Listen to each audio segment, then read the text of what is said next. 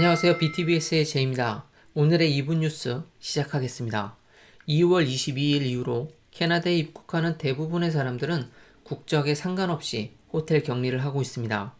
호텔 격리를 하는데 최초에는 약 2,000불이 들 거라고 예상했지만 사실은 약 1,000불에서 1,500불 사이가 들고 있는 것으로 나타났습니다.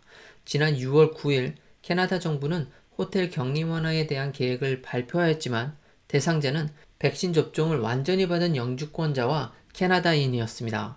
아직 정확한 계획에 대해 발표는 되지 않았지만 캐나다인과 영주권자에 대해서 이런 완화가 이루어질 것이라는 이야기가 되고 있습니다. 그럼 여행 제한 완화 조치에 대한 내용을 좀 더 살펴보겠습니다.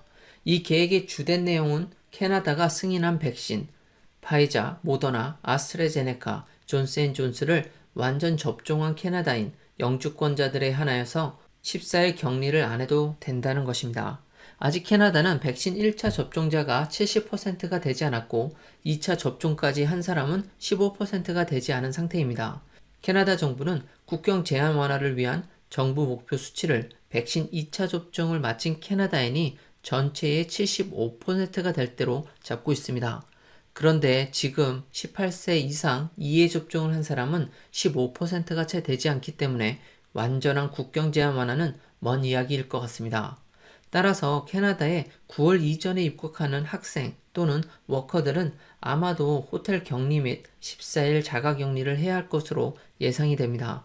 호텔 격리를 하는 금액은 non-refundable이기 때문에 캐나다 정부 계획이 갑자기 바뀌어서 국경 제한이 완화되어 호텔 격리를 하지 않는다고 해도 다시 돌려받을 수는 없습니다. 이러한 이유로 많은 분들이 아직 호텔 예약을 하지 않고 캐나다 정부 발표에 귀 기울이고 계십니다.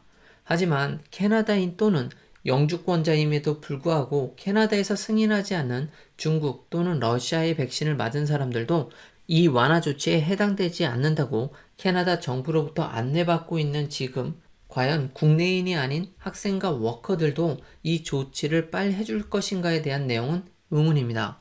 그리고 추가적으로 캐나다 연방정부에서는 그 어떠한 국경 제한 완화 조치가 취해진다 하더라도 지방 검역 요건이 있는 주에 입국하실 경우 여전히 검역을 해야 할 수도 있습니다. 현재 대서양주, 노스웨스트 준주에는 여행자들이 14일 동안 격리를 해야 합니다.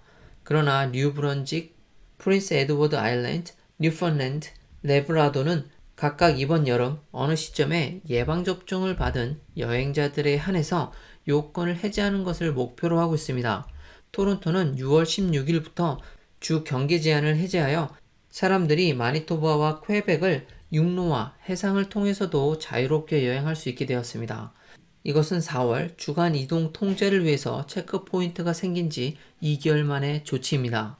그리고 온타리오로 들어오는 사람들은 특별히 자가격리도 할 필요가 없습니다. 캐나다 전체적으로 제한 조치가 완화되고 있는 모습이 보이긴 하지만 이웃 국가인 미국에서 델타 변이 바이러스의 확산이 예사롭지 않은 모양새입니다.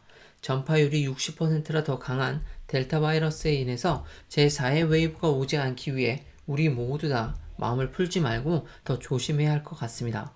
그럼 오늘의 뉴스는 여기까지 하겠습니다. 안녕히 계세요. 감사합니다.